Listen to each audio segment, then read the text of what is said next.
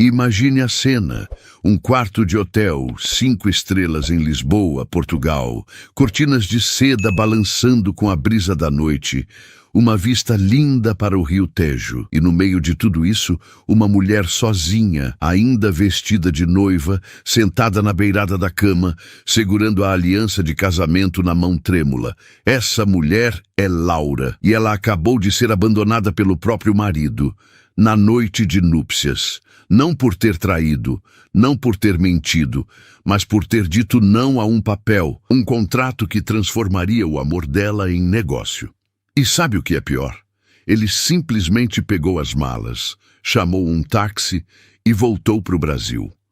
Deixou ela ali, sozinha, do outro lado do oceano, com o vestido de renda ainda cheirando a perfume de festa. Mas o que ele não sabia naquela noite é que 3 anos depois, aquela mesma mulher sentada no chão do hotel ia estar sentada na cadeira de presidente do banco rival. E ele, bem, ele ia estar do outro lado da mesa, pedindo clemência. Antes de continuar, me conta aqui nos comentários de onde você está assistindo essa história e se você também acredita que ninguém merece ser humilhado assim, deixa seu like nesse vídeo, porque isso ajuda demais o canal a crescer e trazer mais histórias reais como essa.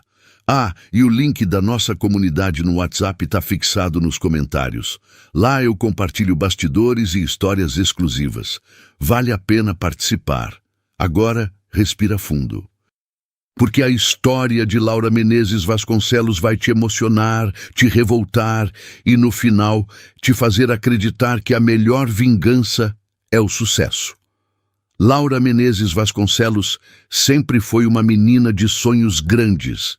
Nascida e criada em Poços de Caldas, no interior de Minas Gerais, ela cresceu vendo o pai, Rogério Vasconcelos, sair de casa todo dia às 6 da manhã, de terno puído e sapato engraxado, para trabalhar como escriturário num banco. Um homem simples, honesto. Daqueles que acreditam que trabalho dignifica, que caráter vale mais que dinheiro. A mãe de Laura morreu quando ela tinha apenas 12 anos. Câncer, rápido e cruel. E foi o pai quem criou ela sozinho, com pouco, mas com muito amor. Ele dizia sempre: filha, estuda, porque conhecimento ninguém tira de você. Dinheiro vai e vem, mas o que você sabe fica para sempre. E Laura levou isso a sério. Estudou feito uma condenada. Passou noites em claro, enfrentou preconceito na escola por ser a menina pobre que queria ser doutora, mas nunca desistiu.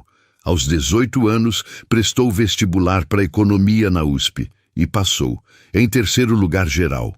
O pai chorou no dia do resultado, chorou de alegria, de orgulho, de alívio, porque sabia que a filha dele tinha conseguido algo que ele nunca teve chance de conquistar.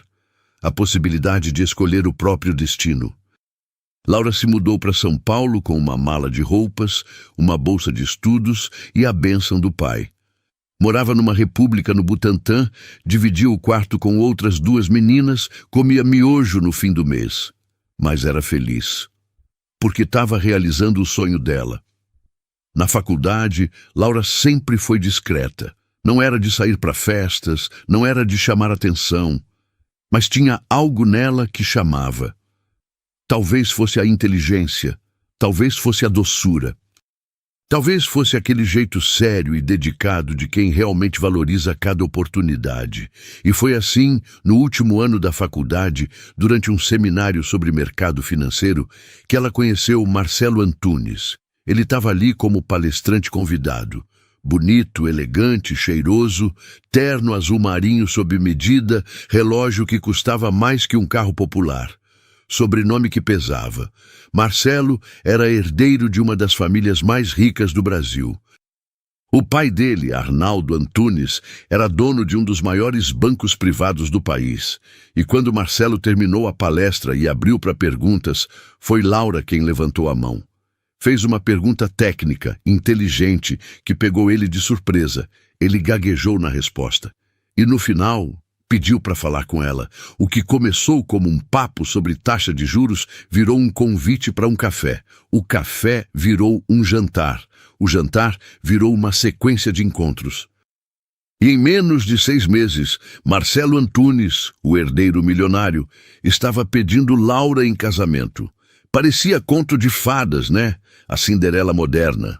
A menina pobre do interior que conquista o príncipe da alta sociedade. Todo mundo ao redor de Laura achava aquilo incrível. As amigas morriam de inveja, os colegas de faculdade comentavam pelos corredores.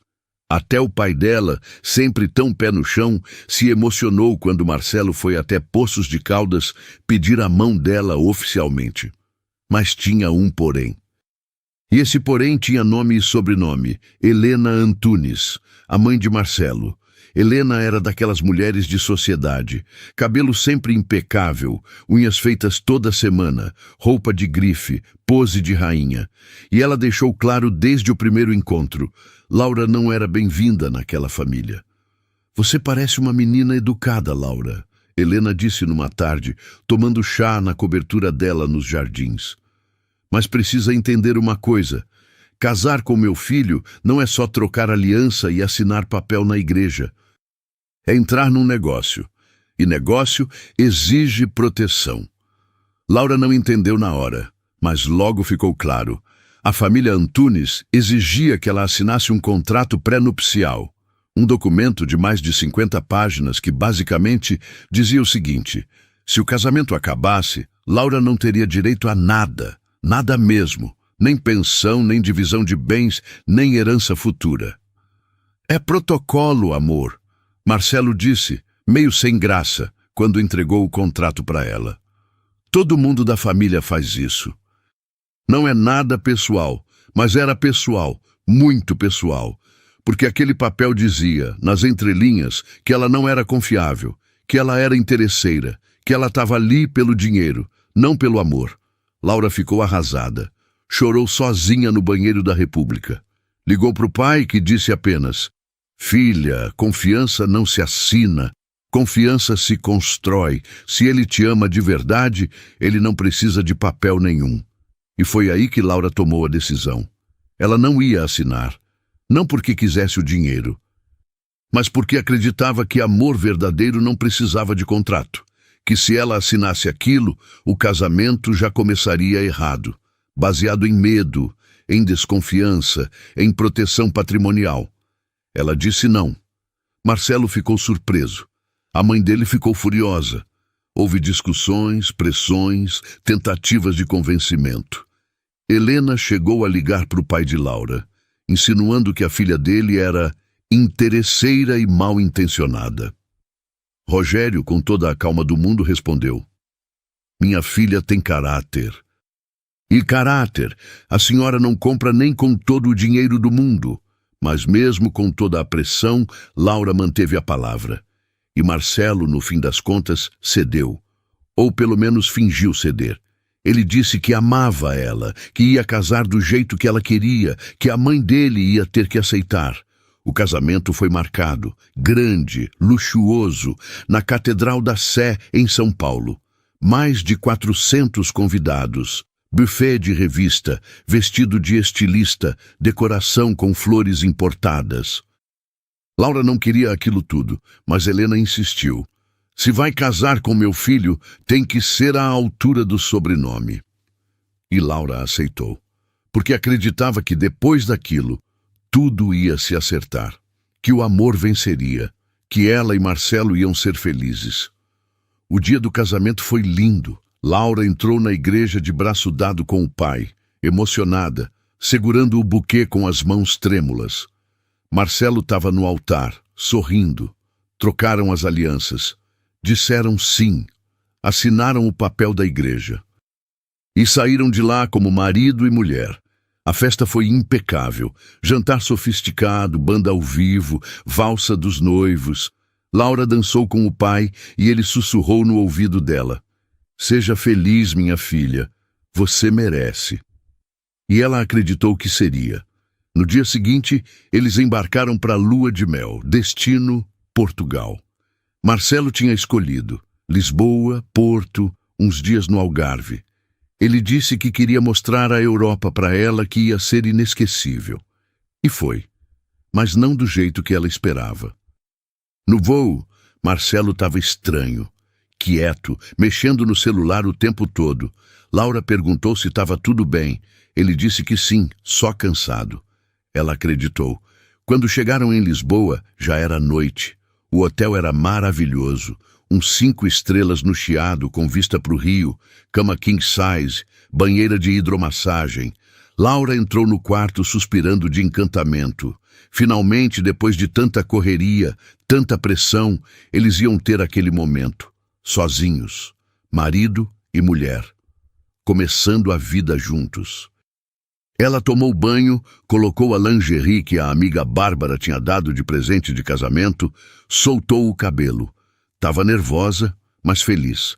Saiu do banheiro sorrindo, esperando encontrar Marcelo na cama. Mas ele estava em pé, de costas, olhando pela janela. E quando virou, o rosto dele estava sério, frio. «Marcelo?» Laura chamou, sentindo um aperto no peito. «Tá tudo bem?» Ele respirou fundo e então disse: «Eu conversei com a minha mãe». Laura sentiu o chão sumir. «E ela me lembrou de uma coisa, Laura. Você não assinou o contrato. O silêncio que se seguiu foi pesado, doloroso. Laura tentou falar, mas ele continuou. Eu não posso seguir com isso. Desculpa, mas eu não posso construir uma vida com alguém que não confia na minha família. Marcelo, eu confio em você», Laura disse, sentindo as lágrimas começarem a subir. «Eu só não quis assinar aquele papel porque achei que não precisava, porque acreditei que amor é maior que isso.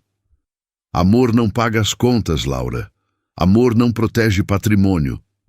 E então ele pegou a mala que ainda nem tinha sido desfeita, e se virou para a porta. «Eu vou voltar para o Brasil amanhã cedo. Você pode ficar aqui o tempo que quiser. Eu pago o hotel. Mas quando voltar, a gente resolve a anulação». «Anulação?» Laura mal conseguiu dizer a palavra. «Marcelo, a gente acabou de casar. E foi um erro». Ele saiu, fechou a porta, e Laura ficou ali, sozinha, vestida de noiva ainda por dentro, com o coração despedaçado no chão frio daquele quarto de hotel. Ela não dormiu naquela noite. Ficou sentada na varanda, olhando as luzes da cidade, tentando entender o que tinha acontecido. Como um homem que jurou amor eterno na frente de Deus e de 400 pessoas podia simplesmente desistir, por causa de um papel. No dia seguinte, Marcelo já tinha ido embora.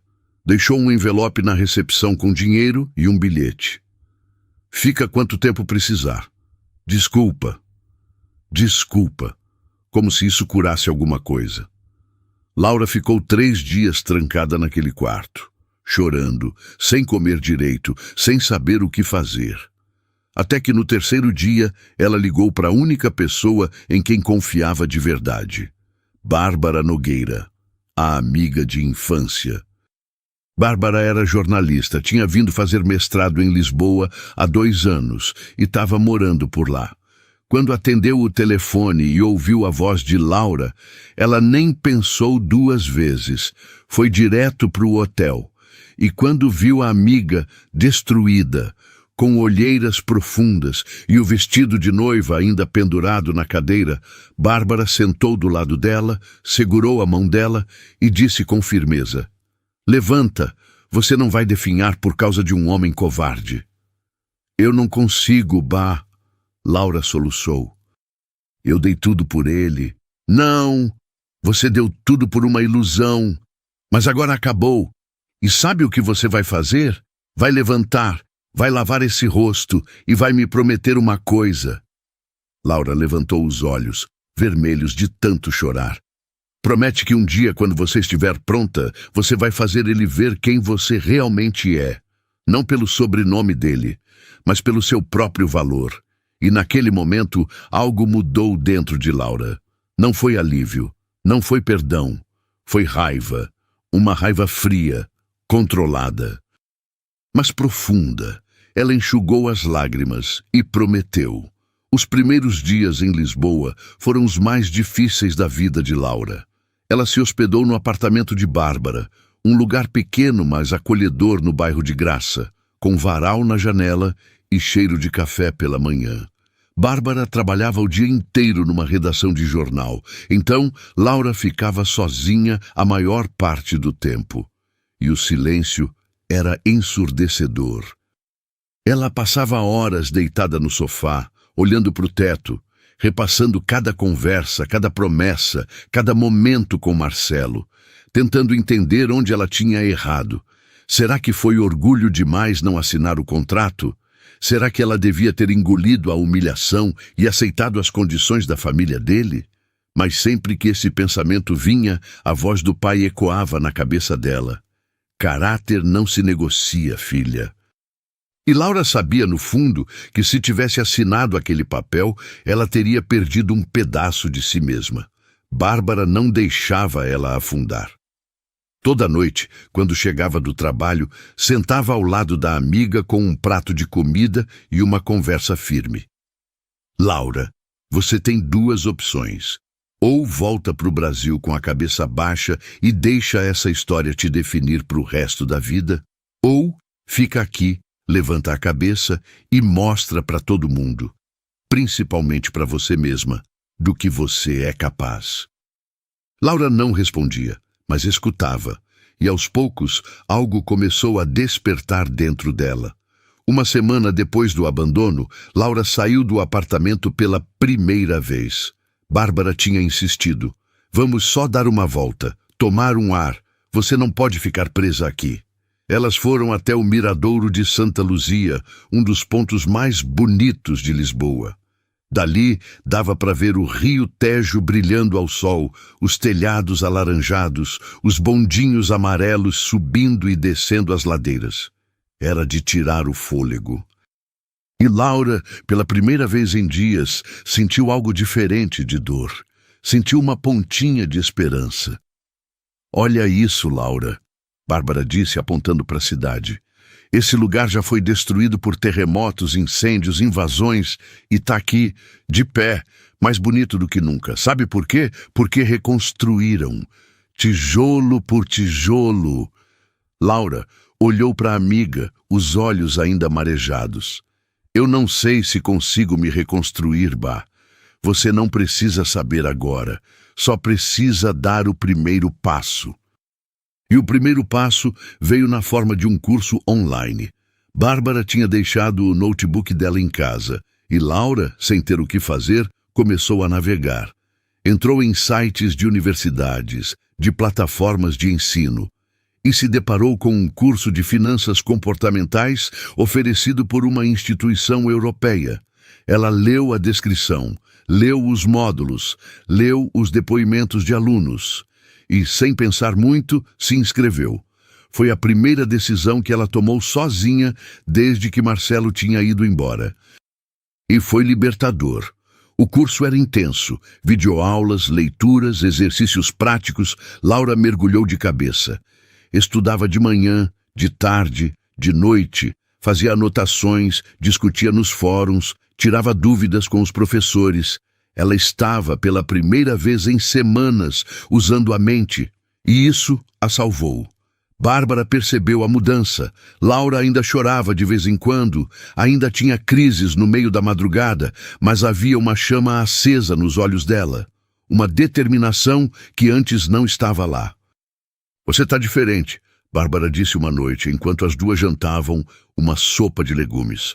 Tá mais viva. Laura deu um meio sorriso. Eu tô tentando. E tá conseguindo. 2 meses depois do abandono, Laura terminou o curso, com distinção, e se inscreveu em outro, e depois em outro. Ela estava devorando conhecimento, finanças, economia digital, startups, inovação bancária. Cada aula era um tijolo na reconstrução dela, e foi durante um desses cursos que ela teve a ideia. Era uma aula sobre inclusão financeira. O professor falava sobre como milhões de pessoas no mundo não têm acesso a crédito justo, como os bancos tradicionais excluem quem mais precisa. E Laura pensou, e se existisse uma forma diferente, uma forma mais humana de emprestar dinheiro? Ela começou a rabiscar num caderno algoritmos, taxas, modelos de negócio. Não era só teoria, era algo real, algo que poderia funcionar. Bárbara viu os rabiscos e levantou uma sobrancelha. O que é isso? Uma ideia, Laura disse, quase envergonhada. Provavelmente uma bobagem. Conta. E Laura contou. Falou sobre criar uma fintech, uma empresa de tecnologia financeira que usasse inteligência artificial para analisar o perfil de crédito das pessoas de forma mais justa, sem olhar só para o salário ou para o sobrenome, mas para o comportamento, para o potencial, para o caráter. Bárbara ficou em silêncio por um momento e então sorriu. Isso não é bobagem, isso é genial. Mas eu não tenho dinheiro para isso, Bá. Nem estrutura, nem... Você tem cérebro, e cérebro vale mais que dinheiro. Foi Bárbara quem sugeriu que Laura participasse de eventos de empreendedorismo em Lisboa, meetups, congressos, rodadas de networking. No começo, Laura resistiu. Tinha vergonha, medo de ser reconhecida, medo de alguém perguntar sobre o casamento. Mas Bárbara foi firme. Ninguém aqui te conhece. Ninguém sabe o que aconteceu. Você pode ser quem você quiser. Então escolhe. Quer ser a menina que foi abandonada ou a mulher que está construindo alguma coisa do zero? Laura escolheu a segunda opção.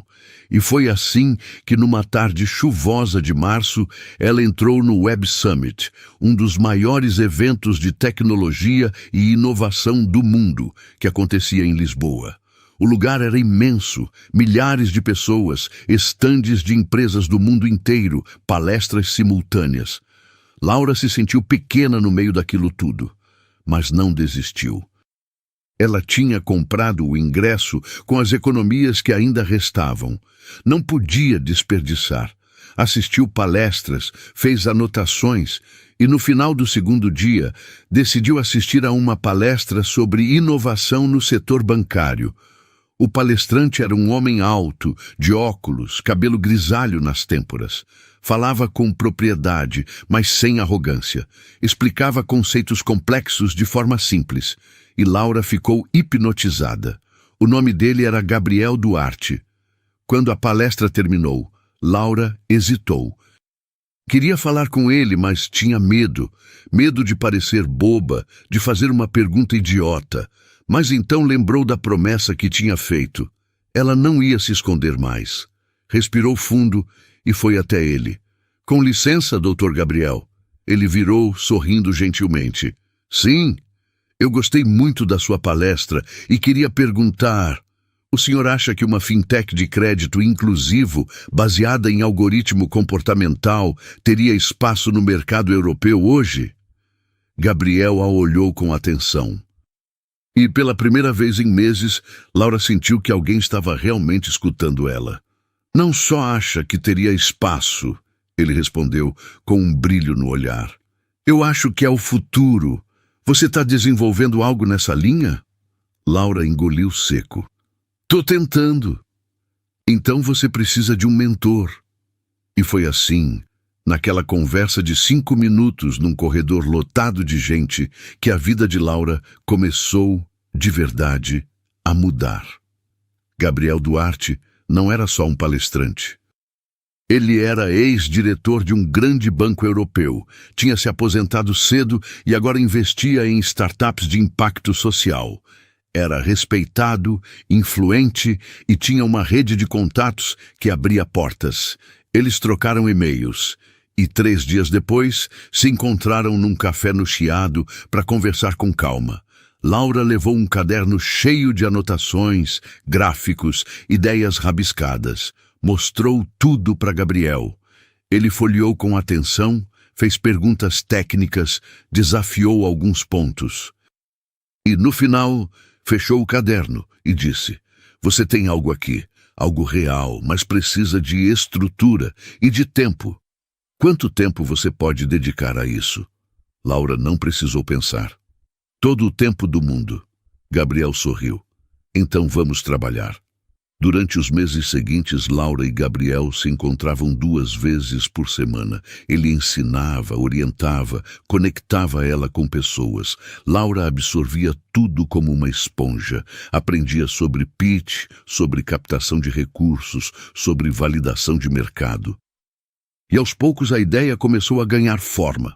Bárbara, que entendia de comunicação e redes, ajudou Laura a criar uma identidade visual, um site, um nome, Etica-Cred, uma fintech que prometia crédito justo, acessível e baseado em valores. Laura usou o sobrenome de solteira. Não queria nada ligado a Marcelo, nada que lembrasse aquele passado. Ela era agora Laura Menezes. E essa Laura era diferente da que tinha saído do Brasil. Essa Laura sabia o que queria e sabia que ia conseguir. 6 meses depois do abandono, a Etica-Cred foi oficialmente registrada como startup em Portugal. O escritório era minúsculo, uma sala compartilhada num coworking em Alcântara, com 3 mesas e uma máquina de café quebrada. Mas era dela. Gabriel virou sócio-mentor. Bárbara virou consultora de comunicação. E Laura, finalmente, virou CEO. Ela ainda acordava de madrugada, às vezes, com o coração apertado, lembrando do que tinha perdido. Mas agora, quando isso acontecia, ela não chorava mais. Ela levantava, pegava o notebook e trabalhava, porque ela tinha um propósito agora, e esse propósito era maior do que a dor. Uma noite, enquanto revisavam o plano de negócios da Etica-Cred, Gabriel olhou para Laura e disse: "Posso te fazer uma pergunta pessoal?" Laura levantou os olhos. "Claro. Por que você está fazendo isso? De verdade? É para provar algo para alguém? Ou é por você?" Laura ficou em silêncio por um momento. E então respondeu com a voz firme: "No começo, eu acho que era para provar, mas agora é por mim, porque eu mereço ser mais do que a menina que foi deixada para trás." Gabriel sorriu. "Então você já venceu." Mas Laura sabia que ainda não. Não completamente, porque no fundo, bem lá no fundo, ela ainda carregava uma ferida aberta e ela só ia cicatrizar quando ela voltasse para o Brasil, de cabeça erguida, com tudo o que tinha construído, e ela ia voltar. Era só uma questão de tempo. 6 meses se passaram desde que Laura registrou a Etica-Cred. 6 meses de trabalho duro, noites em claro, reuniões atrás de reuniões. Mas o esforço estava começando a dar frutos. A startup chamou a atenção. Primeiro de blogs especializados em inovação. Depois de pequenos investidores anjo que acreditavam em negócios de impacto social. Laura fez seu primeiro pitch numa rodada de investimentos em Lisboa. E mesmo com as mãos tremendo e a voz falhando no começo, ela conseguiu captar 50 mil euros. 50 mil euros. Era pouco para alguns, mas para ela, que tinha começado do zero, era uma fortuna. Era a prova de que a ideia dela tinha valor, de que ela tinha valor. Gabriel ficou orgulhoso. "Você está crescendo rápido, Laura. Mais rápido do que eu esperava." "Eu não posso perder tempo," ela respondeu séria. "Eu tenho muito a provar." "Para quem?" Laura desviou o olhar. "Para mim mesma." Mas Gabriel sabia que não era só isso. Ele percebia que havia algo mais profundo movendo aquela mulher. Algo que ela ainda não tinha coragem de falar. Com o investimento inicial, Laura conseguiu contratar 2 desenvolvedores e uma analista de dados. A equipe era pequena, mas competente. Eles trabalhavam num ritmo frenético, desenvolvendo o algoritmo que seria o coração da Etica-Cred. Um sistema que analisava comportamento financeiro, histórico de pagamentos, mas também fatores humanos, como estabilidade familiar e projetos de vida. Era revolucionário e arriscado. Mas Laura acreditava, e quanto mais ela se aprofundava no trabalho, mais ela se distanciava da dor. O escritório virou sua casa. O computador virou seu refúgio. Ela acordava às 5 da manhã e dormia depois da meia-noite. Bárbara reclamava que ela estava se matando de trabalhar, mas Laura não ouvia, porque trabalhar significava não pensar, e não pensar significava não sentir. Até que um dia, Bárbara entrou no coworking com uma expressão estranha no rosto. Ela tinha o celular na mão e hesitou antes de falar. Laura, eu preciso te mostrar uma coisa. Se for notícia ruim, deixa para depois, Laura disse, sem tirar os olhos da tela. Eu estou no meio de uma projeção financeira. É sobre ele, Laura parou. As mãos congelaram sobre o teclado. Sobre quem? Marcelo. O nome caiu como uma pedra no estômago de Laura. Ela virou devagar para Bárbara. O que tem ele? Bárbara mostrou a tela do celular. Era uma matéria de um site de economia brasileiro. A manchete dizia: Banco Antunes registra queda de 18% nas ações após decisões controversas do vice-presidente. Laura leu a matéria em silêncio. Marcelo tinha assumido a vice-presidência do Banco da Família havia 3 meses e, desde então, tinha tomado uma série de decisões impulsivas. Empréstimos arriscados, fusões mal planejadas, corte de funcionários sem critério. O resultado? Prejuízo e desconfiança do mercado.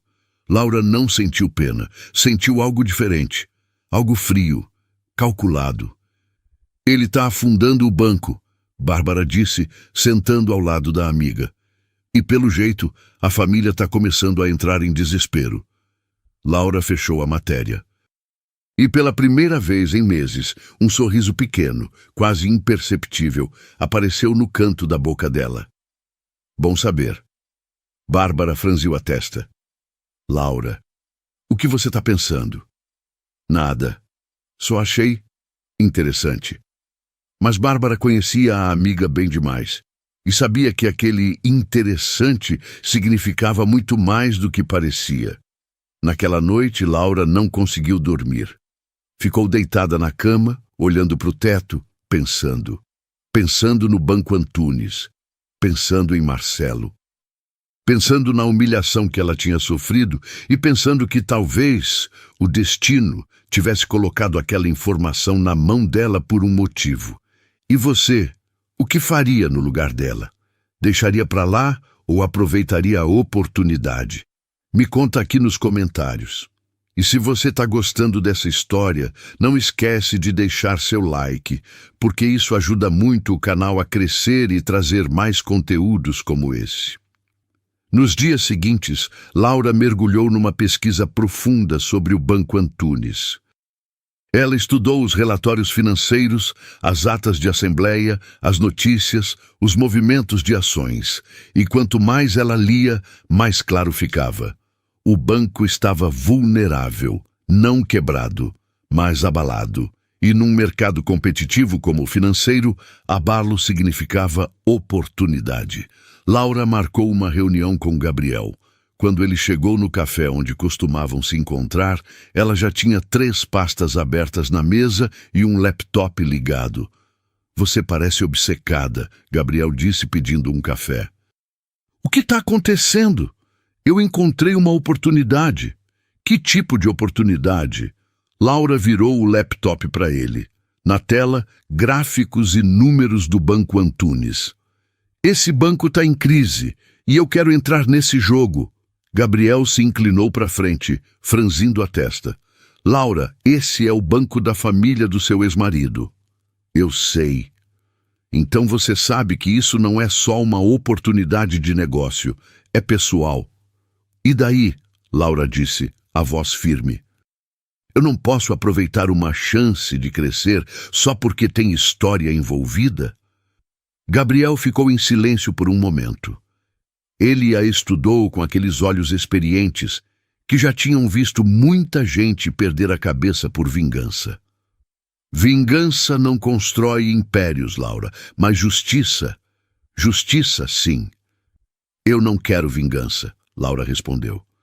Eu quero justiça e quero mostrar que eu posso ser mais do que ele achou que eu era. Gabriel suspirou. Então, faz do jeito certo. Não por raiva, por estratégia.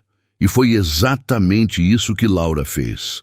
Nos meses seguintes, ela intensificou o trabalho na Ética Cred, captou mais investimentos, fechou parcerias com empresas europeias, expandiu a equipe e silenciosamente começou a construir uma rede de contatos no mercado financeiro brasileiro. Ela não falava sobre Marcelo, não falava sobre o passado, mas toda decisão que ela tomava, cada movimento estratégico, era um passo em direção ao Brasil. Gabriel se tornou sócio oficial da Ética Cred, investindo uma quantia considerável na empresa. E com a entrada dele, portas se abriram. Bancos europeus começaram a fechar parcerias. A Ética Cred ganhou destaque em conferências internacionais. E Laura? Laura virou referência. Jovem, brilhante, empreendedora. A imprensa europeia começou a falar dela. A brasileira que está revolucionando o crédito justo na Europa. Mas enquanto o mundo via uma mulher de sucesso por dentro, Laura carregava uma chama. Uma chama que não era de ódio, era de propósito. Um dia, durante um almoço com Gabriel, ele perguntou: Laura, você já parou para pensar no que vem depois? Depois do quê? Depois que você conseguir o que quer, depois que você voltar para o Brasil, provar seu valor, enfrentar o passado? O que vem depois? Laura ficou em silêncio, porque, na verdade, ela nunca tinha pensado nisso. Toda a energia dela estava focada no chegar lá, não no e depois. Eu não sei, ela admitiu, pela primeira vez em meses, mostrando vulnerabilidade. Gabriel segurou a mão dela por cima da mesa. Um gesto paternal, gentil. Então descobre, porque se você fizer tudo isso só para provar algo para um homem que não te merece, você vai ganhar a batalha, mas perder a guerra. As palavras dele ecoaram na mente de Laura por dias. E foi então que ela tomou uma decisão. Ela ia voltar para o Brasil, ia entrar no mercado financeiro de lá, ia crescer, ia mostrar seu valor, mas não por Marcelo, por ela, pelo pai dela, por todas as mulheres que já foram subestimadas, humilhadas, descartadas. E quando ela voltasse, não seria como Laura Antunes, a esposa abandonada. Seria como Laura Menezes, a CEO. 2 anos e meio após o abandono, a Ética Cred fechou uma parceria estratégica com o Banco Dourado, uma instituição brasileira tradicional que estava passando por reestruturação. Era um banco menor que o Antunes, mas sólido, respeitado, e a parceria incluía uma cláusula interessante, participação acionária.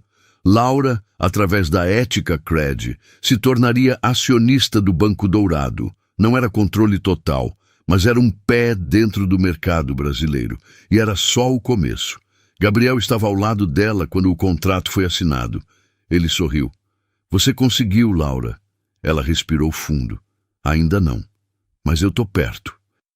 E quando chegar lá, o que você vai fazer? Laura olhou pela janela do escritório. Lá fora, Lisboa brilhava sob o sol da tarde, mas os pensamentos dela já estavam longe, já estavam em São Paulo, na Avenida Faria Lima, nos prédios de vidro, no Banco Antunes.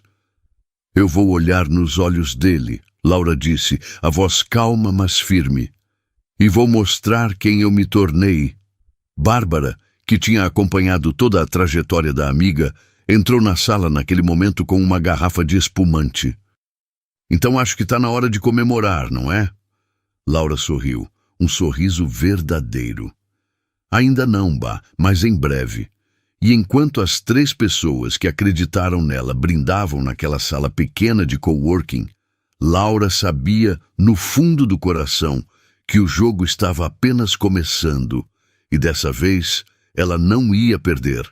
2 anos e meio. Esse foi o tempo que Laura levou para se preparar. 2 anos e meio de construção silenciosa, de estratégia, de paciência. E agora, finalmente, ela estava pronta. Era uma manhã de setembro quando Laura embarcou no voo de Lisboa para São Paulo. sozinha, sem alarde, sem avisar ninguém além de Bárbara e Gabriel. Ela olhou pela janela do avião enquanto Lisboa ficava para trás. Aquela cidade tinha sido seu refúgio, o lugar onde ela tinha renascido, mas agora era hora de voltar para casa, não como a menina que tinha saído, mas como a mulher que tinha se tornado. O voo foi longo, quase 11 horas. Laura não conseguiu dormir. Ficou repassando mentalmente cada passo do plano, cada reunião agendada, cada movimento que precisava fazer. Ela não estava voltando de mãos vazias. A Etica-Cred era agora uma fintech reconhecida na Europa, com milhões de euros em investimentos. E a parceria com o Banco Dourado tinha aberto portas que antes eram impensáveis. Mas o mais importante, Laura tinha se tornado acionista, e com isso tinha voz, tinha poder. Quando o avião pousou em Guarulhos, Laura sentiu o coração acelerar. Ela pegou a mala, passou pela imigração e saiu do aeroporto. O calor de São Paulo bateu no rosto dela, o cheiro da cidade, o barulho, tudo tão familiar, tão distante ao mesmo tempo. Ela pegou um táxi e pediu para ir até a Vila Madalena. Tinha alugado um flat discreto por ali. Nada luxuoso, nada chamativo. Ela não queria ser vista. Não ainda. Nos primeiros dias, Laura se dedicou a observar, estudar. Ela passava horas em cafés, com o notebook aberto, acompanhando notícias do mercado financeiro brasileiro. Lia relatórios, analisava movimentos de ações e, principalmente, acompanhava tudo o que envolvia o Banco Antunes. E o que ela viu confirmou o que já suspeitava. Marcelo estava afundando o banco da família. As ações tinham caído mais de 25% no último ano. Clientes estavam migrando para a concorrência. A imprensa especializada falava abertamente sobre gestão amadora e decisões impulsivas. O nome Antunes, que antes era sinônimo de solidez, agora era sinônimo de risco. Laura não sentiu alegria com isso. Sentiu algo mais complexo, uma mistura de alívio e tristeza. Porque no fundo ela sabia que Marcelo sempre tinha sido fraco. Ele nunca tinha tido que lutar por nada, tudo tinha sido entregue de bandeja. E quando precisou provar valor sozinho, ele não soube como, mas ela não estava ali por ele. Ela estava ali por ela mesma. Uma semana depois de chegar, Laura foi visitar o pai. Rogério ainda morava na mesma casa em Poços de Caldas, uma casa simples, com quintal e varanda. Laura tinha avisado que ia aparecer, mas não tinha dado detalhes. Só disse que precisava vê-lo. Quando ele abriu a porta e viu a filha, os olhos dele encheram de lágrimas. Laura, minha filha. Eles se abraçaram. E Laura sentiu, naquele abraço, todo o amor que tinha mantido ela de pé nos momentos mais difíceis. Entraram na casa. Rogério fez café. Sentaram na varanda, igual faziam quando ela era criança. Você tá diferente, ele disse, olhando para ela com atenção. Mais forte. Eu precisei ser, pai. Eu sei. E eu te admiro por isso. Eles conversaram por horas. Laura contou sobre Lisboa, sobre a Etica-Cred, sobre tudo que tinha construído. Rogério escutava com orgulho estampado no rosto, mas em algum momento ele ficou sério. Laura, eu preciso te dizer uma coisa. O que foi, pai? Ele hesitou. Então, eu tô doente. O mundo parou para Laura. Como assim doente? É o coração. Os médicos disseram que eu preciso fazer uma cirurgia, mas é complicado. E caro. Laura sentiu o peito apertar. Por que você não me contou antes? Porque eu não queria te preocupar. Você já tinha tanto na cabeça. Pai, eu tenho condições agora. Eu posso pagar a cirurgia. Eu posso... Não é sobre dinheiro, filha. Ele interrompeu segurando a mão dela. É sobre tempo. Os médicos disseram que eu ainda tenho uns anos, talvez mais, talvez menos, mas o que eu quero, mais que qualquer coisa, é ver você feliz, de verdade feliz. Não só bem-sucedida, feliz. Laura não conseguiu segurar as lágrimas. Eu tô tentando, pai. Eu sei. Mas cuidado, minha filha. Não deixa a raiva te consumir. Não deixa o passado roubar o seu futuro. Ela abraçou o pai com força e prometeu a si mesma que ia fazer tudo certo. Não só por ela, mas por ele também. De volta a São Paulo, Laura intensificou os preparativos. Ela tinha reuniões agendadas com a diretoria do Banco Dourado e sabia que essas reuniões seriam decisivas. O Banco Dourado estava passando por uma reestruturação completa. O antigo presidente tinha se aposentado e a instituição precisava de uma liderança nova, moderna, inovadora. E Laura tinha exatamente o perfil que eles buscavam. A primeira reunião foi numa sala de vidro na Avenida Faria Lima. Laura entrou vestindo um terno cinza, cabelo preso, postura ereta. Ela não era mais a menina tímida da USP. Era uma executiva, uma estrategista.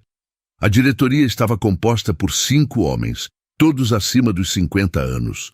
Eles a receberam com educação, mas também com ceticismo. Afinal, ela era jovem, mulher e vinda de fora. Mas quando Laura começou a falar, o ceticismo deu lugar à atenção. Ela apresentou um plano de reestruturação completo, mostrou números, projeções, estratégias de mercado. Falou sobre inovação, inclusão financeira, sustentabilidade e, acima de tudo, falou sobre ética. O que diferencia um banco dos outros hoje, ela disse, olhando cada membro da diretoria nos olhos, não é o tamanho. Não é a tradição, é a confiança.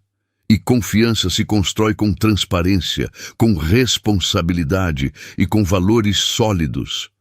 Ao final da apresentação, um dos diretores, um senhor de cabelos brancos chamado Dr. Otávio, bateu palmas.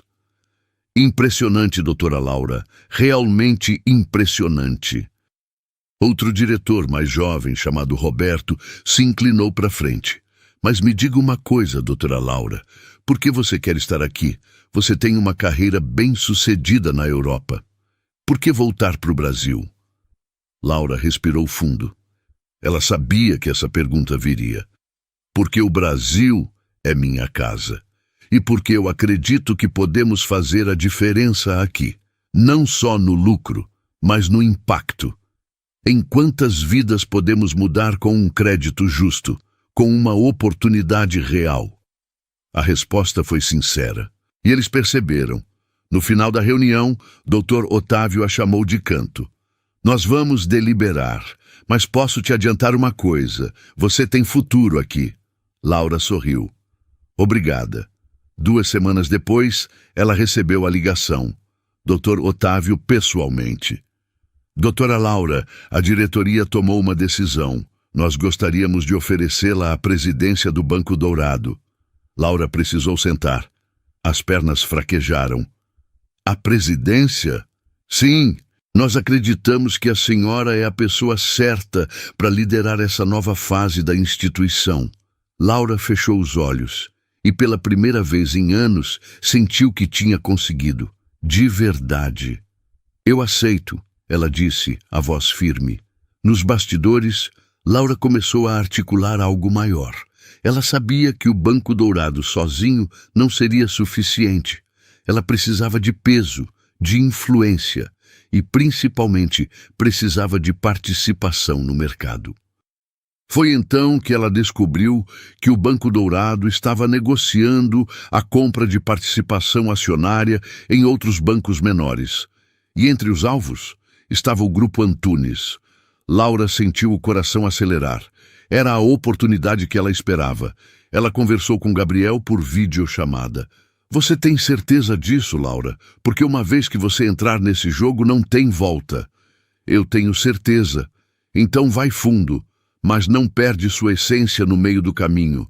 Laura prometeu que não perderia.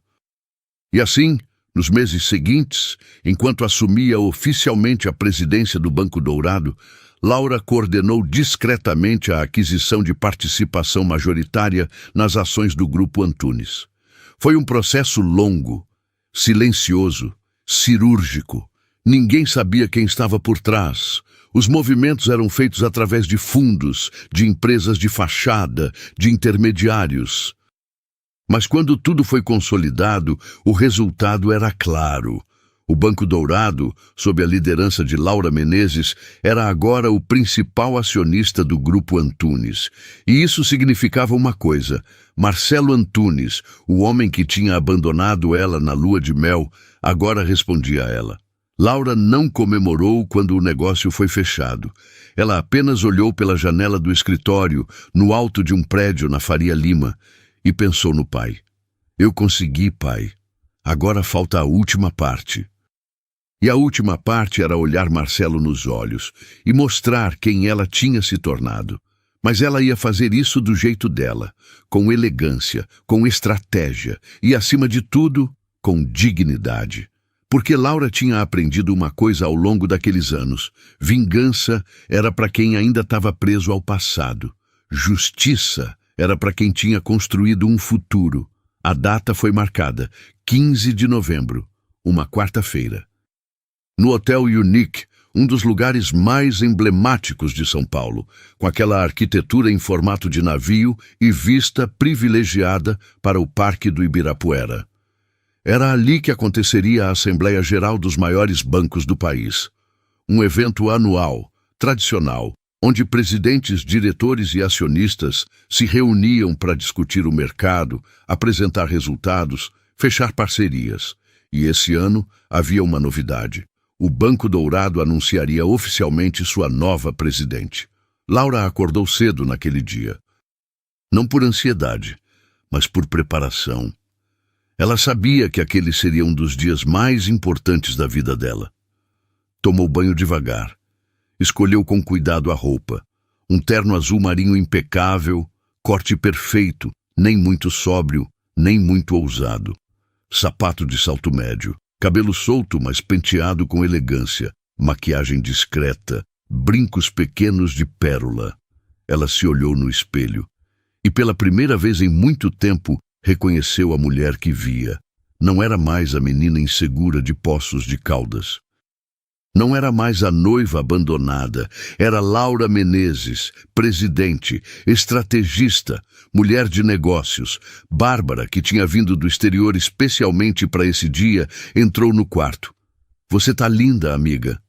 Obrigada. Tá nervosa? Laura respirou fundo.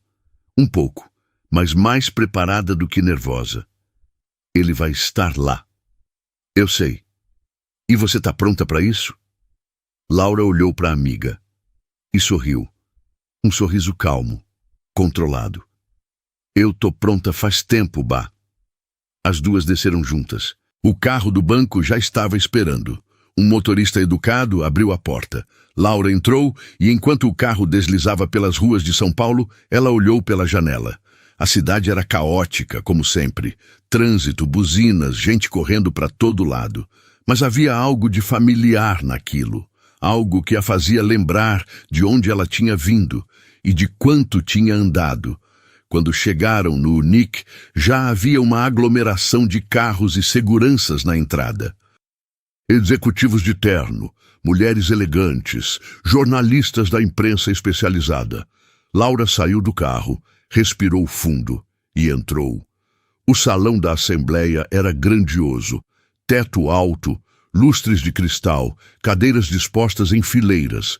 No fundo, uma mesa comprida onde ficariam os palestrantes. E à frente, um telão enorme. As pessoas já começavam a se acomodar. Laura reconheceu alguns rostos. Presidentes de bancos que ela tinha estudado. Executivos que apareciam em revistas de economia. E lá, do outro lado do salão, conversando com um grupo de homens de terno, Marcelo Antunes. O coração de Laura deu um pulo, mas ela não desviou o olhar.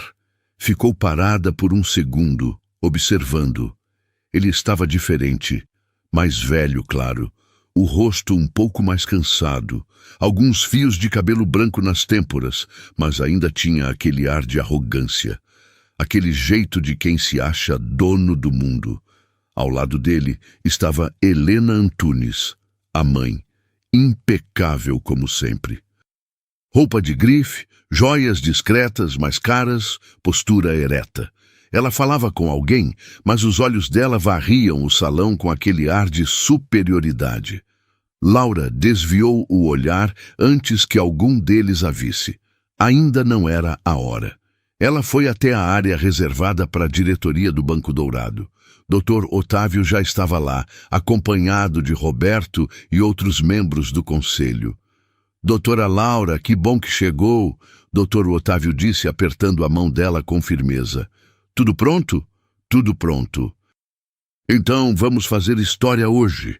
A assembleia começou pontualmente às 10 da manhã. O apresentador, um jornalista conhecido do mercado financeiro, deu as boas-vindas e começou a chamar os representantes de cada instituição para falar.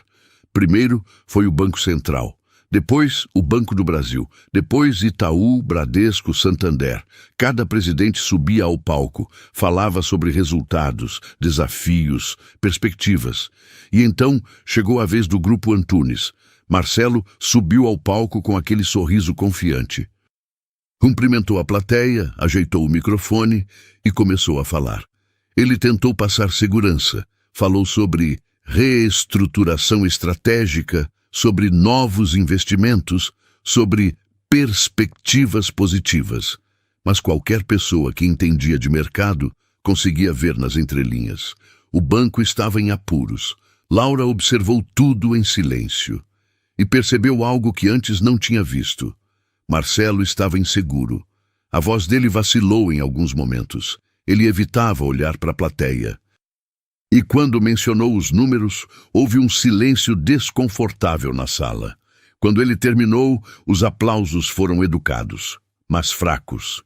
Helena, sentada na primeira fileira, tentou disfarçar a decepção. Mas Laura viu e quase sentiu pena. Quase. Depois de mais algumas apresentações, o apresentador anunciou. E agora, senhoras e senhores, temos uma novidade importante. O Banco Dourado, uma das instituições mais tradicionais do nosso mercado, passou recentemente por uma reestruturação completa. E hoje teremos o prazer de conhecer a nova presidente. Por favor, recebam com aplausos, doutora Laura Menezes Vasconcelos. A sala aplaudiu e Laura se levantou. Foi quando Marcelo a viu. Ele estava voltando para o lugar dele, ainda de pé no corredor, quando seus olhos cruzaram com os dela. E ele congelou. O rosto dele perdeu a cor. A boca se abriu levemente. Os olhos se arregalaram. Era como se ele tivesse visto um fantasma. Helena, ao lado dele, seguiu o olhar do filho. E quando viu Laura, a expressão dela mudou completamente, de superioridade para choque, de choque para indignação. Mas Laura não parou. Continuou andando. Subiu no palco com a postura ereta, o olhar firme, o coração acelerado, mas controlado. Ela chegou ao microfone, olhou para a plateia e sorriu.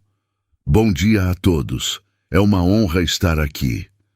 A voz dela saiu firme, clara, segura. Meu nome é Laura Menezes Vasconcelos. Sou economista formada pela USP e nos últimos anos tive a oportunidade de trabalhar no mercado europeu, desenvolvendo soluções de crédito inclusivo e inovação financeira.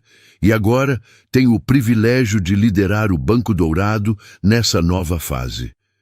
Ela fez uma pausa e continuou. Nós acreditamos que o futuro do setor bancário não está só nos números, está na ética, na transparência, na responsabilidade com as pessoas, e é isso que vamos entregar. Laura falou por 15 minutos. Apresentou gráficos, dados, projeções, falou sobre a parceria com a Ética Cred, sobre a expansão do banco, sobre as novas políticas de crédito, e então ela soltou a bomba. Além disso, tenho o prazer de anunciar que o Banco Dourado concluiu recentemente a aquisição de participação majoritária no Grupo Antunes, consolidando nossa posição como um dos principais players do mercado brasileiro. O silêncio que se seguiu foi ensurdecedor. As pessoas olharam umas para as outras. Jornalistas começaram a teclar freneticamente nos notebooks e Marcelo simplesmente desabou na cadeira, branco, como se tivesse levado um soco no estômago. Helena se levantou furiosa, mas o marido segurou o braço dela, mandando ela sentar. Laura continuou impassível. Isso significa que, a partir de agora, o Grupo Antunes faz parte da nossa holding. E estamos animados com as possibilidades que essa parceria traz. Acreditamos que juntos podemos construir algo sólido, ético e sustentável. Ela olhou diretamente para Marcelo e disse: "E eu gostaria de convidar o senhor Marcelo Antunes para integrar nossa equipe como assessor financeiro estratégico. Acreditamos que a experiência dele pode agregar valor ao nosso projeto." Foi a jogada final. Elegante, cirúrgica, devastadora. Porque ela não estava humilhando ele. Ela estava oferecendo uma saída. Mas todo mundo na sala sabia o que aquilo significava. Marcelo, o herdeiro, o vice-presidente, agora era subordinado dela. A sala explodiu em murmúrios. E então, devagar, começaram os aplausos. Primeiro tímidos, depois cada vez mais fortes. Laura agradeceu, saiu do palco e voltou para o lugar dela. Quando sentou, Dr. Otávio sussurrou: "Você arrasou." Laura apenas sorriu. Do outro lado do salão, Marcelo continuava sentado, imóvel, o rosto pálido. Helena ao lado dele, visivelmente abalada. E pela primeira vez em anos, eles não tinham controle sobre nada, porque o poder tinha mudado de mãos, e agora quem segurava as rédeas era Laura. Os dias seguintes à assembleia foram uma loucura. A notícia se espalhou como fogo. Todos os portais de economia noticiaram: jovem executiva assume comando do Banco Dourado e adquire participação majoritária no Grupo Antunes. A Cinderela do mercado financeiro. Conheça Laura Menezes. Reviravolta no setor bancário. Mulher de 30 anos comanda fusão bilionária. O telefone de Laura não parava de tocar. Convites para entrevistas, propostas de parcerias, pedidos de reunião. Ela virou capa da revista Exame, da Você S.A. Foi destaque no Valor Econômico. De repente, todo mundo queria saber quem era aquela mulher que tinha chegado de mansinho e virado o jogo. Laura atendia às entrevistas com elegância. Falava sobre inovação, sobre ética, sobre o futuro do mercado financeiro. Mas nunca mencionava Marcelo, nunca falava sobre o passado, mantinha tudo profissional, controlado. Mas por dentro, algo começava a pesar. Porque a vitória tinha vindo, o reconhecimento tinha vindo, mas a paz ainda não tinha chegado. Ela percebia isso nas madrugadas, acordava às 3, às 4 da manhã com o coração acelerado. Pegava o celular, checava e-mails, relatórios, notícias, qualquer coisa para não ficar sozinha com os próprios pensamentos. Porque quando ficava, vinha a pergunta: "E agora? Você conseguiu o que queria. Mas e agora?" Bárbara, que tinha ficado mais uns dias em São Paulo, percebeu a mudança na amiga. "Laura, você tá bem?" "Tô. Por quê?" "Porque você não tá dormindo, não tá comendo direito, tá trabalhando feito louca." "Eu sempre trabalhei assim." "Não desse jeito. Você tá diferente." Laura desviou o olhar. "Eu só tô cansada." Mas Bárbara não era boba. "Você conseguiu o que queria, Laura. Você venceu. Então por que parece que você ainda está lutando?" Laura não respondeu, porque não sabia a resposta. Foi Gabriel quem decidiu intervir. Ele ligou uma noite, tarde, e foi direto ao ponto. "Laura, você precisa parar." "Parar o quê?" "De correr. Você está correndo de algo, e eu sei o quê." "Gabriel, eu tô bem. Sério. Você venceu, mas ainda está presa a ele." As palavras dele caíram como um balde de água fria. "Eu não tô presa a ninguém," Laura disse, a voz mais dura do que pretendia. Então por que você ainda acorda de madrugada pensando nele? Por que você ainda lê todas as notícias sobre o Banco Antunes? Por que você não consegue relaxar? Laura ficou em silêncio e Gabriel continuou, mais suave. Você venceu a batalha, Laura. Mas se você não fizer as pazes com o passado, você vai perder a guerra, porque você vai virar aquilo que mais odiou, uma pessoa movida por raiva. Ele desligou. E Laura ficou ali, sozinha no apartamento, com as palavras dele ecoando na mente. Obrigada por chegar até aqui comigo nessa história, porque agora vem a parte que ninguém esperava, a parte onde a Vitória começa a mostrar o preço que ela cobra. Laura tentou ignorar. Mergulhou ainda mais no trabalho. Reuniões, decisões estratégicas, viagens. Ela ia para Brasília, para o Rio, para Porto Alegre, visitava agências, conhecia equipes, fechava contratos. Mas por mais que ela se ocupasse, o vazio continuava lá. Até que veio a notícia que mudou tudo. Era uma quinta-feira. Laura estava numa reunião quando o celular tocou. Era uma ligação de Poços de Caldas, de uma vizinha do pai. Alô? Laura? É a dona Marisa. Desculpa te incomodar, mas é sobre seu pai. O coração de Laura parou. O que aconteceu? Ele passou mal. Tá no hospital. Os médicos disseram que é sério. Laura nem esperou a reunião terminar. Levantou, pegou a bolsa e saiu. Pediu para o motorista ir direto para o aeroporto. Comprou a primeira passagem disponível para Belo Horizonte e de lá alugou um carro. Dirigiu as 2 horas até Poços de Caldas com o pé no acelerador e o coração na boca. Quando chegou no hospital, já era noite. Ela correu pelos corredores até encontrar o quarto do pai. Rogério estava deitado na cama, pálido, com tubos e aparelhos conectados. Mas quando viu a filha, ele sorriu, um sorriso fraco, mas sincero. Oi, minha filha. Laura segurou a mão dele, tentando não chorar. Oi, pai. Eu tô aqui. Você não precisava vir correndo. Claro que eu precisava. O médico entrou logo em seguida. Explicou que Rogério tinha sofrido um infarto. Não foi fatal, mas o coração dele estava muito fraco. Ele precisava de repouso absoluto e talvez, em breve, de uma cirurgia. Ele vai ficar bem? Laura perguntou, a voz trêmula. Vamos fazer o possível, mas não posso prometer nada. O coração dele está cansado. Laura passou a noite no hospital, sentada numa cadeira desconfortável ao lado da cama do pai. Ele dormiu a maior parte do tempo. E sempre que acordava, procurava a mão dela.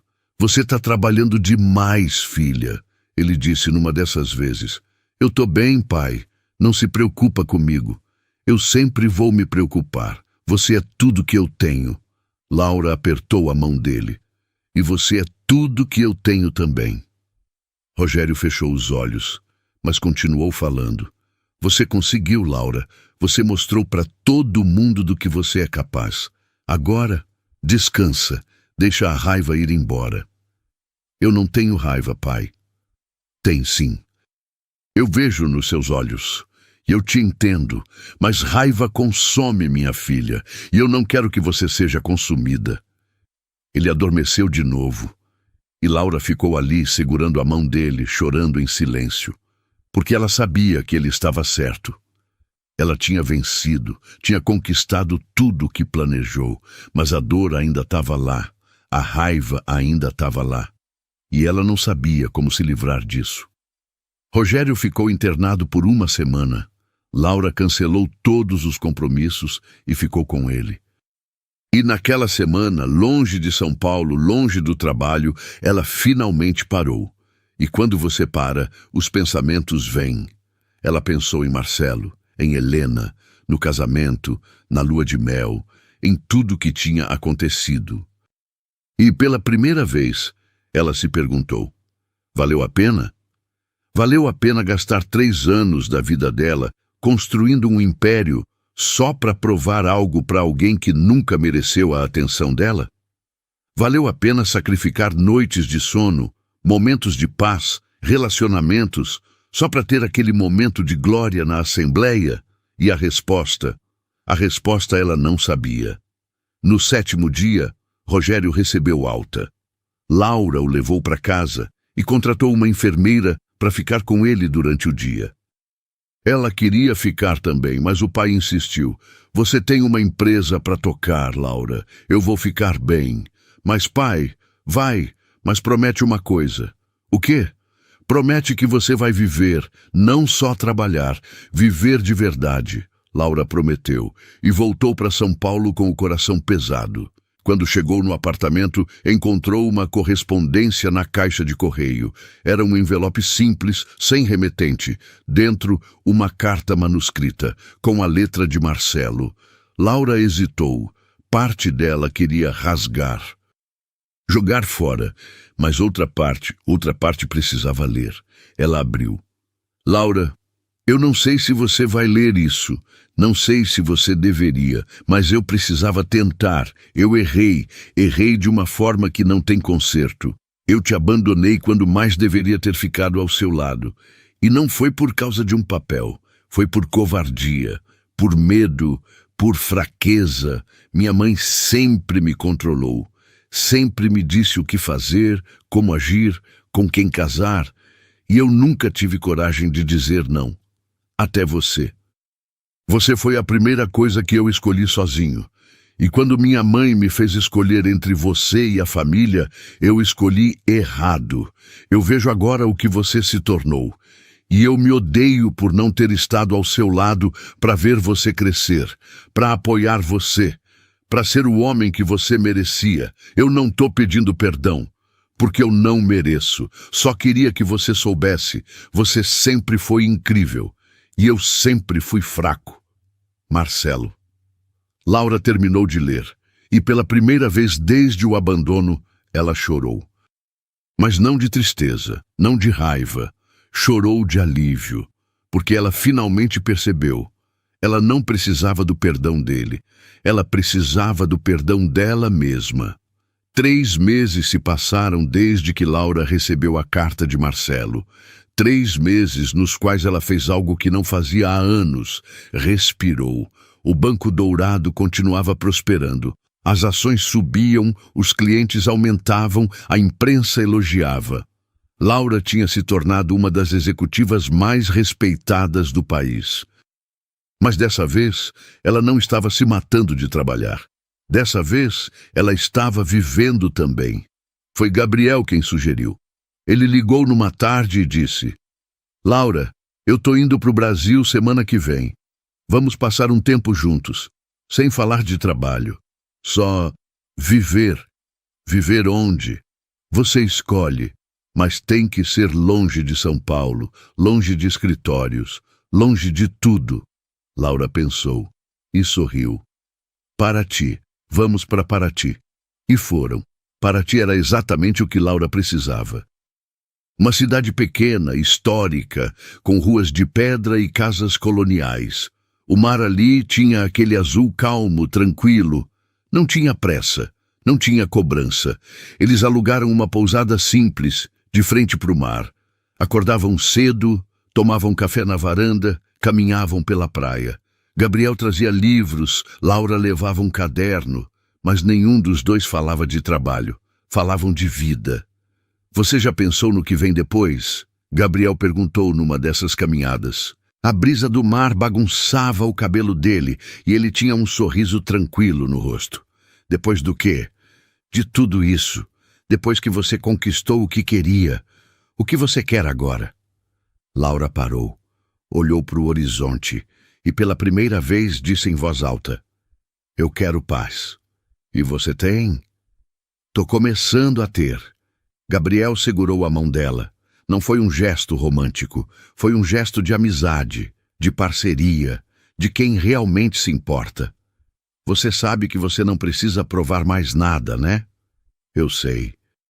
Então para de carregar o peso do passado. Você já venceu. Agora só precisa aceitar isso. Laura apertou a mão dele de volta. Eu tô tentando, e eu vou te ajudar.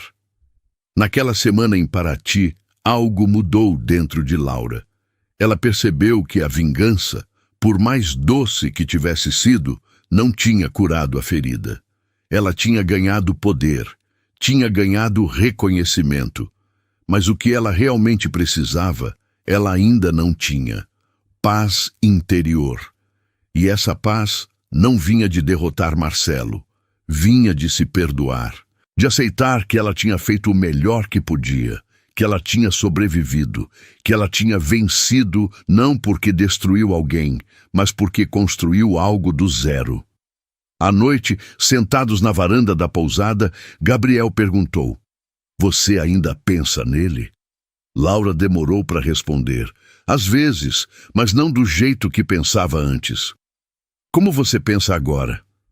"Com pena e com gratidão." "Gratidão?" "É, porque se ele não tivesse me abandonado, eu nunca teria descoberto quem eu realmente sou." Gabriel sorriu. "Então você finalmente entendeu. Entendi o quê?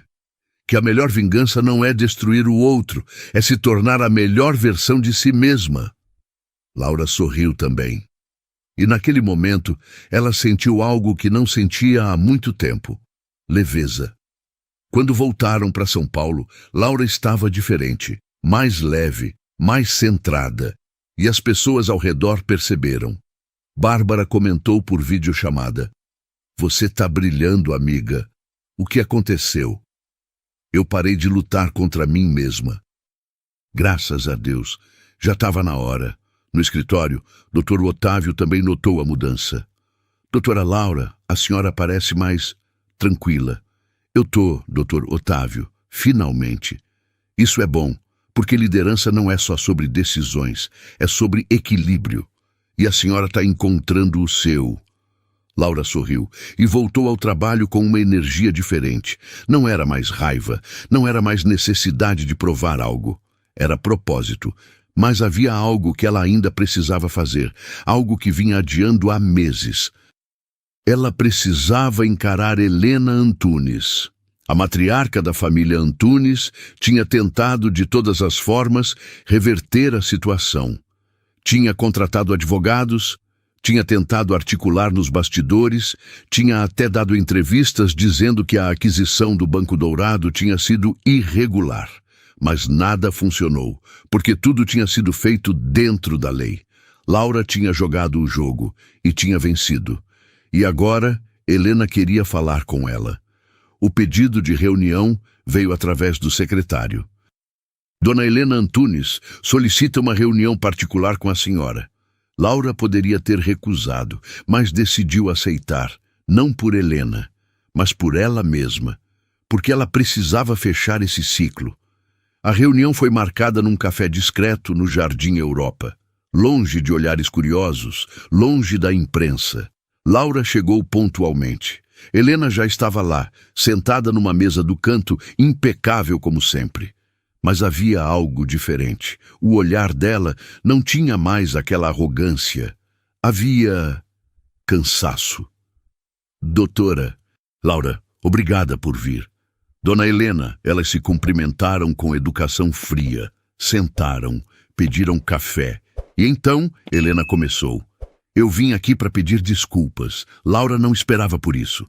Ficou em silêncio, esperando. "Eu errei com você, errei feio. Eu julguei você sem te conhecer.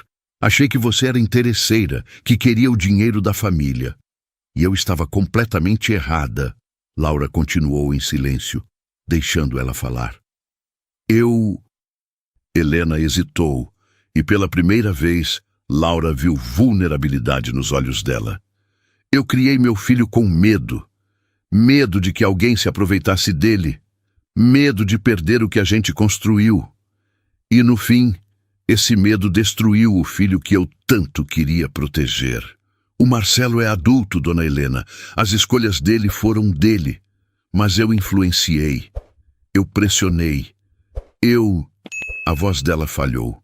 "Eu destruí o casamento dele. E eu destruí ele também." Laura respirou fundo. "Dona Helena, eu não vim aqui para ouvir desculpas, porque desculpas não mudam o passado. Mas eu vou te dizer uma coisa: A senhora destruiu o próprio filho por orgulho, e agora a senhora vai ter que viver com isso. Helena abaixou a cabeça. E pela primeira vez, Laura viu uma mulher quebrada, não uma matriarca poderosa, mas uma mãe arrependida. Eu sei, e eu vou ter que viver com isso pro resto da vida. Laura pegou a bolsa, ia se levantar, mas então parou. E disse, eu não vou destruir o Banco Antunes, não porque eu tenha pena, mas porque eu não sou movida por vingança. Eu vou oferecer apoio técnico, reestruturação e uma chance de recomeço, mas sob as minhas condições. E se a senhora ou o Marcelo tentarem me sabotar de novo, eu não vou hesitar em encerrar tudo. Helena olhou para ela com os olhos marejados. Obrigada. Laura se levantou. Não me agradeça. Eu não estou fazendo isso por vocês. Estou fazendo por mim. Porque eu não quero carregar ódio pelo resto da vida. E saiu. Quando Laura voltou para o escritório, sentiu uma sensação estranha. Era como se um peso tivesse saído dos ombros dela. Ela não tinha gritado, não tinha humilhado, tinha apenas colocado limites. E isso era mais poderoso que qualquer vingança. Mas ainda faltava uma coisa, a mais difícil de todas. Ela precisava encarar Marcelo. E dessa vez, não seria numa assembleia cheia de gente, seria cara a cara, sozinhos, sem plateia, sem fachada. Laura sabia que esse momento chegaria. E ela também sabia que quando chegasse, ela precisaria estar pronta. Não para destruir ele, mas para se libertar de vez. 2 dias depois, o secretário de Laura avisou. Doutora Laura, o senhor Marcelo Antunes está aqui. Ele pediu para falar com a senhora. Laura respirou fundo. Manda ele entrar. E quando a porta se abriu e Marcelo entrou naquela sala, Laura percebeu. Ela não sentia mais nada, nem raiva, nem dor, nem amor, nem ódio. Só indiferença. Indiferença, ela descobriu, era a verdadeira libertação. Marcelo entrou na sala devagar, como se cada passo pesasse. Ele não tinha mais aquele ar de superioridade. Os ombros estavam ligeiramente curvados. O terno, apesar de bem cortado, parecia grande demais nele. E os olhos estavam cansados. Laura estava sentada atrás da mesa, de frente para a janela que dava vista para a Avenida Faria Lima. Ela virou lentamente e o encarou. Marcelo, Laura. Ele ficou de pé, sem saber se deveria sentar ou não. Laura apontou para a cadeira. Senta. Ele sentou, e por um momento o silêncio preencheu a sala. Um silêncio pesado, cheio de história, cheio de não ditos. Foi Marcelo quem quebrou o silêncio primeiro. Eu não sei nem por onde começar. Então não comece. Fala o que você veio falar. Ele respirou fundo, e então, pela primeira vez desde que Laura o conhecia, ele falou com sinceridade. Eu vim pedir desculpas. Laura não respondeu. Apenas o observou. Eu sei que desculpas não mudam nada. Eu sei que eu destruí a gente, destruí você, e eu... A voz dele falhou. Eu me odeio por isso todos os dias. Por que você está me dizendo isso agora, Marcelo? Porque eu preciso. Porque eu não aguento mais carregar isso, e porque você merece ouvir. Laura se recostou na cadeira. Você quer que eu te perdoe? Não. Eu não mereço perdão. Eu só queria que você soubesse que eu errei, e que eu sei disso. Laura olhou para ele por um longo momento, e então disse com a voz calma, Marcelo, você não me destruiu, você me libertou. Ele levantou os olhos confuso. Como assim? Quando você me abandonou naquele hotel em Lisboa, você me deu a coisa mais valiosa que alguém já me deu. A chance de descobrir quem eu realmente sou, sem depender de você, sem depender do seu sobrenome, sem depender de nada além de mim mesma. Marcelo abaixou a cabeça. Eu vi o que você se tornou, Laura, e eu... Eu me arrependo todos os dias de não ter ficado, de não ter te apoiado, de não ter sido o homem que você merecia. Mas você não foi, e tá tudo bem. Como você pode dizer que tá tudo bem? Porque eu aprendi uma coisa nesses anos, Marcelo. A gente não pode construir a vida em cima do que poderia ter sido. A gente só pode construir em cima do que é. E o que é que você fez uma escolha, eu fiz outra. E as duas a gente tem que viver com elas. Marcelo esfregou o rosto com as mãos, e quando falou de novo, a voz estava embargada. Minha mãe, ela me controlou a vida inteira. Me disse o que estudar, com quem andar, como agir, e eu nunca tive coragem de dizer não. Até você. Você foi a primeira coisa que eu escolhi. E quando ela me fez escolher entre você e a família, eu escolhi errado. Você escolheu o que era mais fácil, e isso diz tudo sobre quem você era naquela época, e sobre quem eu ainda sou. Laura balançou a cabeça. Não. Você mudou. Eu vejo isso. Você tá aqui, não tá, pedindo desculpas, assumindo a culpa. O Marcelo de 3 anos atrás nunca faria isso. Ele olhou para ela com os olhos cheios de lágrimas. Eu queria poder voltar no tempo. Mas você não pode. E eu também não. Então a gente só pode seguir em frente. Marcelo ficou em silêncio por um momento, e então perguntou quase num sussurro. Você me odeia? Laura pensou, e respondeu com honestidade. Não, eu não te odeio. Na verdade, eu não sinto nada por você. E sabe de uma coisa? Isso é libertador. Marcelo fechou os olhos, e uma lágrima escorreu pelo rosto dele. Eu perdi a melhor coisa que já me aconteceu. Você perdeu, mas eu ganhei. Ele a olhou, confuso. Ganhei a mim mesma. Laura se levantou, e Marcelo entendeu que a conversa tinha acabado. Ele se levantou também. Laura, eu sei que eu não mereço, mas você acha que um dia a gente pode ser amigos? Laura deu um meio sorriso. Não, Marcelo. A gente não vai ser amigos, mas a gente pode ser profissionais. Eu ofereci a você um cargo de assessor financeiro. A oferta ainda está de pé. Se você quiser aceitar, ótimo. Se não quiser, sem ressentimentos. Mas é só isso. Marcelo assentiu, engolindo seco. Eu vou pensar. Faz isso. Ele caminhou até a porta, mas antes de sair, virou para ela uma última vez. Laura? Sim? Obrigado por não ter me destruído, por ter sido maior que eu. Laura olhou para ele e disse com sinceridade, eu não fiz isso por você, fiz por mim, porque eu não quero ser o tipo de pessoa que destrói os outros, eu quero ser o tipo de pessoa que constrói. Marcelo assentiu e saiu. E quando a porta se fechou, Laura voltou para a janela. Olhou para a cidade lá embaixo, para as ruas movimentadas, para os prédios de vidro, para o céu azul. E pela primeira vez em 3 anos, ela sentiu que tinha fechado o ciclo. Não com raiva, não com ódio, mas com paz. As semanas seguintes foram intensas. Laura mergulhou de cabeça no trabalho de reestruturação do Grupo Antunes. Ela não fez isso por pena. Fez por estratégia, porque um banco saudável significava mais lucro, mais estabilidade, mais sucesso para o Banco Dourado. E aos poucos, o Grupo Antunes começou a se reerguer, com gestão profissional, com decisões baseadas em dados, não em ego, com ética.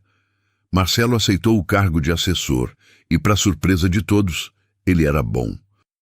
Sem a pressão da mãe, sem o peso do sobrenome, ele finalmente conseguia trabalhar. E trabalhar bem. Eles se viam nas reuniões, trocavam e-mails, discutiam estratégias, mas sempre de forma profissional, sem intimidade, sem passado. E isso funcionava.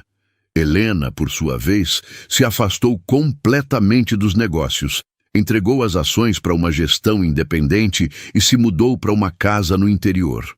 Ela tinha perdido o controle e talvez, pela primeira vez, tivesse entendido o preço disso.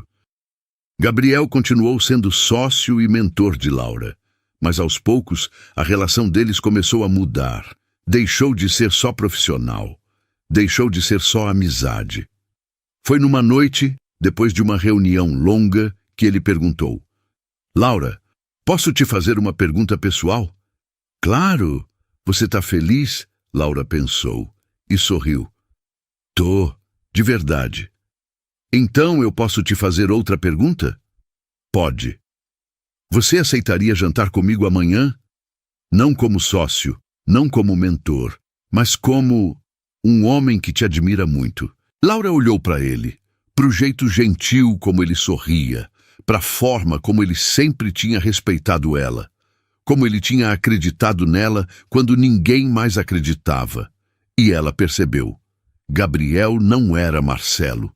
Gabriel não queria controlá-la, não queria moldá-la, ele só queria estar ao lado dela. Eu aceito, ela disse sorrindo. E foi assim que começou, não com paixão avassaladora, mas com respeito, com cumplicidade, com parceria. 3 meses depois, Laura foi convidada para discursar no maior evento de economia do país, o Fórum Empresarial Brasileiro. Era um evento de gala no Copacabana Palace, no Rio de Janeiro. Presidentes de empresas, ministros, investidores, a elite do mercado, e Laura seria a palestrante principal. Bárbara foi com ela para o Rio, e na noite do evento, enquanto Laura se arrumava no quarto do hotel, a amiga disse: Você tá pronta para isso? Eu sempre tive pronta, só não sabia. Bárbara sorriu. Eu tenho muito orgulho de você, sabia? Eu sei, e eu não teria chegado aqui sem você. Mentira, você teria. Mas eu gosto de pensar que ajudei. As duas riram, e Laura terminou de se arrumar. Ela escolheu um vestido longo, azul marinho, elegante mas sóbrio. Cabelo preso num coque baixo, brincos discretos, maquiagem leve. Quando entrou no salão, todas as cabeças se viraram. E Laura caminhou com a postura ereta, o olhar firme, o coração tranquilo. Gabriel estava na plateia, Bárbara também. E no fundo, longe, quase escondido, Marcelo. Ela subiu no palco, o apresentador a introduziu. E quando ela pegou o microfone, o salão inteiro ficou em silêncio. Boa noite. Meu nome é Laura Menezes Vasconcelos e eu vim falar com vocês sobre algo que aprendi da forma mais difícil, ética como patrimônio. Ela fez uma pausa e continuou. Quando eu tinha 25 anos, eu fui abandonada na lua de mel, por me recusar a assinar um contrato que transformava amor em negócio. E naquele momento, eu achei que tinha perdido tudo. Mas, na verdade, eu tinha ganhado a coisa mais importante, a minha integridade. A plateia estava hipnotizada. Nos últimos 3 anos, eu construí uma empresa do zero, liderei fusões, tomei decisões difíceis, e em cada uma delas eu tive que escolher o caminho fácil ou o caminho certo. E sempre que eu escolhi o caminho certo, eu cresci, não só financeiramente, mas como ser humano. Laura olhou para a plateia e disse com convicção: Nós vivemos numa sociedade que valoriza lucro acima de tudo, que mede sucesso em números, que ensina que o fim justifica os meios. Mas eu aprendi que isso é mentira. O verdadeiro sucesso não é quanto você tem, é quem você é quando ninguém está olhando. Ela respirou fundo. Ética não é fraqueza. Ética é força. Ética é o que te mantém de pé quando tudo desmorona. Ética é o que te permite dormir de noite sabendo que você não precisou pisar em ninguém para chegar onde chegou. A plateia estava em silêncio absoluto. Então eu pergunto a vocês, o que vocês querem deixar de legado? Dinheiro? Poder? Ou valores? Porque no fim das contas, dinheiro acaba. Poder passa, mas caráter fica para sempre. Ela terminou, e por um segundo, nada aconteceu. E então, devagar, uma pessoa começou a bater palmas, depois outra e outra.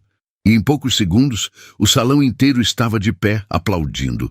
Laura sorriu, não de orgulho, mas de gratidão, porque ela tinha chegado, não onde planejava, mas onde precisava estar. Depois do evento, Laura foi para a varanda do hotel. Precisava de ar, de silêncio. Gabriel a encontrou lá. Você foi incrível. Obrigada. Posso ficar aqui com você? Claro. Eles ficaram em silêncio, lado a lado, olhando para o mar. Laura? Sim? Eu te amo. Laura virou para ele, surpresa. Eu sei que é cedo. Eu sei que você ainda está se curando. Mas eu precisava te dizer, porque eu te amo, não por quem você se tornou, mas por quem você sempre foi. Laura sentiu os olhos encherem de lágrimas, e pela primeira vez eram lágrimas de felicidade. Eu também te amo, Gabriel. Eles se beijaram, e foi diferente de tudo que Laura já tinha sentido. Não era paixão desesperada, era amor maduro, amor verdadeiro. 6 meses depois, Laura estava de volta em Lisboa, não para morar, mas para visitar. Ela e Gabriel caminhavam de mãos dadas pelas ruas do Chiado. Lembra daquele café onde a gente se conheceu? Gabriel perguntou. Lembro. Vamos lá? Entraram, sentaram na mesma mesa, pediram café. E Gabriel, com um sorriso no rosto, tirou uma caixinha do bolso. Laura Menezes Vasconcelos. Você quer casar comigo? Laura olhou para a caixinha, para o anel simples e bonito, e então olhou para os olhos dele. Sim, não teve festa grande, não teve centenas de convidados. Foi um casamento pequeno, íntimo, só pessoas que realmente importavam. Rogério estava lá, mais fraco, mas sorrindo. Bárbara era a madrinha. E quando Laura entrou, de vestido simples e buquê de flores do campo, o pai dela chorou. Você é a coisa mais linda que eu já fiz na vida. Ele sussurrou quando entregou ela no altar. E você é o homem mais importante da minha vida, pai. Laura e Gabriel disseram sim, sob o céu azul de Paraty. E dessa vez, não teve abandono. Não teve contrato. Só teve amor. 2 anos depois, Laura continuava à frente do Banco Dourado, mas agora dividia a presidência com Gabriel. Eles eram uma equipe, no trabalho e na vida. O Grupo Antunes se estabilizou. Marcelo continuava como assessor, respeitado, mas nunca mais tentou se aproximar de Laura, além do profissional. Helena enviava cartões de Natal todo ano. Laura nunca respondia, mas também não jogava fora. Rogério faleceu dormindo, numa tarde tranquila de domingo. Laura estava ao lado dele. E as últimas palavras dele foram: "Você foi minha maior vitória, filha." E Laura sabia que ele estava certo, porque a verdadeira vitória não tinha sido vencer Marcelo, não tinha sido conquistar poder, não tinha sido acumular riqueza. A verdadeira vitória tinha sido não perder a essência no caminho. E hoje, quando Laura olha para trás, ela não vê uma mulher que foi abandonada. Ela vê uma mulher que se levantou, que lutou, que construiu. E que no final venceu da forma mais bonita possível, sendo quem ela sempre deveria ter sido. E você? O que achou dessa história? Deixe a sua opinião aqui nos comentários. Se você gostou, não esquece de se inscrever no canal, porque aqui a gente traz histórias reais e inspiradoras toda semana. E deixa seu like, porque isso ajuda muito o canal a crescer e alcançar mais pessoas que precisam ouvir histórias como essa. Obrigada por ter chegado até aqui comigo. Até a próxima história.